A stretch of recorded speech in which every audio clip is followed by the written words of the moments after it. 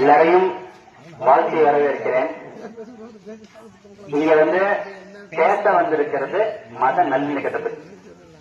மத நல்லிணக்கம்னா எல்லாரும் ஒண்ணு, நீ நானும் வேற இல்ல அப்படிங்கறது தானே. இப்ப நீங்க கிறிஸ்தவர்கள், நான் முஸ்லீம் அப்படின்னு சொல்லி ஒரு பிரிவினை இருக்கா? இங்க பல ஜாதிகள் இருக்கும், பல மதங்கள் இருக்கும். எல்லாருமே இவன் வேற அவன் வேற அப்படின்னு சொல்லி பிரிச்சு பிரிச்சு தான் பாக்குறாங்க.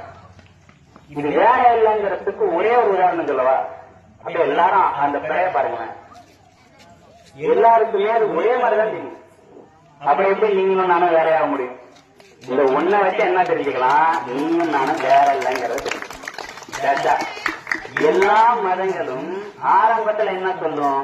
ஒரு இறைவனாகிய பிரம்மனை வணங்கு, ஒரு இறைவனாகிய கர்த்தரை வணங்கு, ஒரே இறைவன் குழுவு அல்லாஹ் வஹது, அல்லாஹ் ஒருவனே.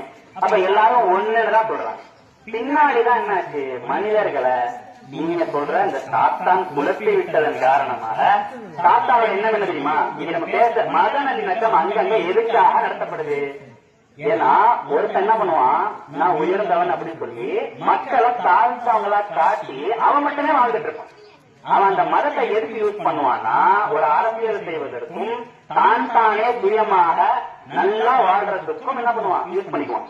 இங்க மக்களுடைய சமாதானமோ, மக்கள் அனைவருமே சாப்பிடணும் அப்படிங்கிற எந்த விதமான நோக்கமும் அவனுக்கு இருக்காது. அவனுக்கு தேவை என்னன்னா, தான் உயர்ந்தவன் சொல்லி அதை வச்சு எல்லாத்தையும் அவன் அனுபவிக்கணும் அப்படிங்கிறதுக்காக, தான் ஒரு உயர்ந்த குலம் அப்படின்னு சொல்றதுக்காக.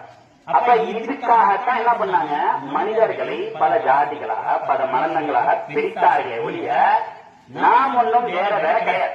இறைவன் திருக்குறான்ல ஒரு வசனம் சொல்றான், என்னன்னா, உங்களை நாம் ஒரே மனிதர்கள் அனைவரையும் ஒரே மாதிரி தான் படைத்தோம், ஆனா இனங்களாக நாம் படைத்தோம். இந்த இனங்கள் படைத்தது எதுக்குன்னா, நீங்கள் ஒருவருக்கு ஒருவர் அடையாளம் கண்டு கொள்வதற்காகத்தானே தவிர உயர்வதற்கும் தாழ்ந்தவன் சொல்வதற்கும் கிடையாது. இங்க உயர்ந்தவன் இவன், தாழ்ந்தவன் இவன் யாரும் சொல்லலாம்? ரொம்ப சூப்பர் கேரக்டர் ஒருத்தனுக்கு இருக்கு, நல்ல பண்பு இருக்கு, இவன் உயர்ந்தவன். பண்பே இல்லாம மோசமா லூஸ் மாதிரி இருக்கானா அவ்வளவுதான். அவன் பிறப்புல இருந்து அது உருவாகாது. ஏன்னா எல்லாருக்கும் பிறப்புங்கிறது அம்மா வயிற்றுல இருந்தா பிறக்கிறாங்க, அதே ரத்தம் தான் இருக்கு. நான் பார்த்தாலும் உனக்கு அதே கண்ணு தான் தெரியுது, நீ பார்த்தாலும் எனக்கு அதே கண்ணு தான் தெரியுது.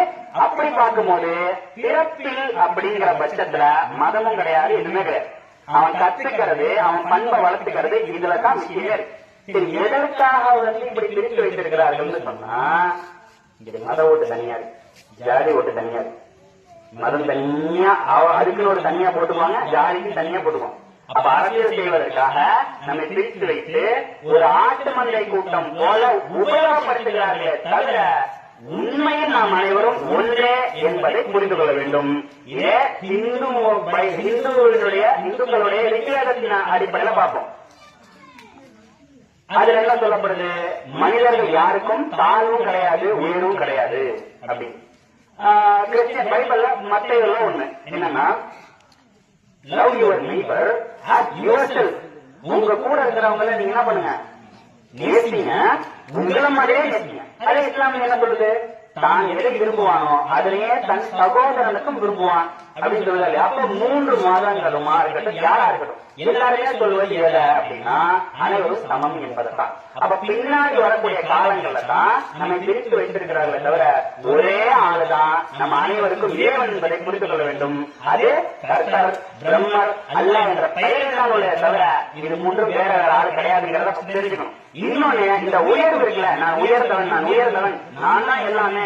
இந்த நெருப்பு பாத்தீங்களா, அதை கொளுத்தி விட்டீங்கன்னா மேலதான் இருக்கு. அந்த நெருப்பை அப்படி அடிச்சு தலையில அதுவும் அப்படி மேலதான். அப்ப நெருப்புங்கிறது அந்த மேல போற அந்த பெருமை அதை விட்டு கொடுக்காது.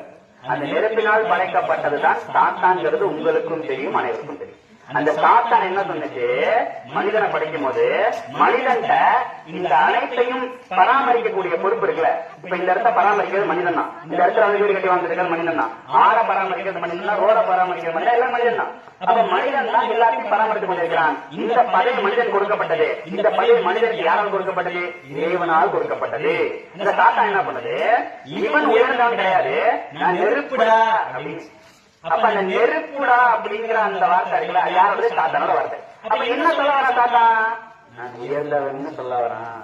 அப்ப எவன்லாம் தன்னை உயர்ந்தவன் சொல்றானோ அவன் சாத்தனை வணங்குபவன், எவனெல்லாம் அனைவரும் சமன் என்று சொல்வானோ அவன் அனைவரும் இறைவனை வணங்குபவன் என்பதை புரிந்து கொண்டவர்களாக நாம் மத நம்பிக்கையோடு அருமையாக பண்பாக அனைத்தையும் கற்று அறிந்து இறைவனிடம் இணையம் பேசுவதை தெரிந்து கொண்டு சிறப்பான வாழ்க்கையை வாழ்வதற்கு உங்களுக்கும் எனக்கும் இறைவன் அருள் புரிவானாக. அனைவரும் அருமையாக நல்லபடியாக ஒற்றுமையாக இருங்கள். நன்றி, வணக்கம்.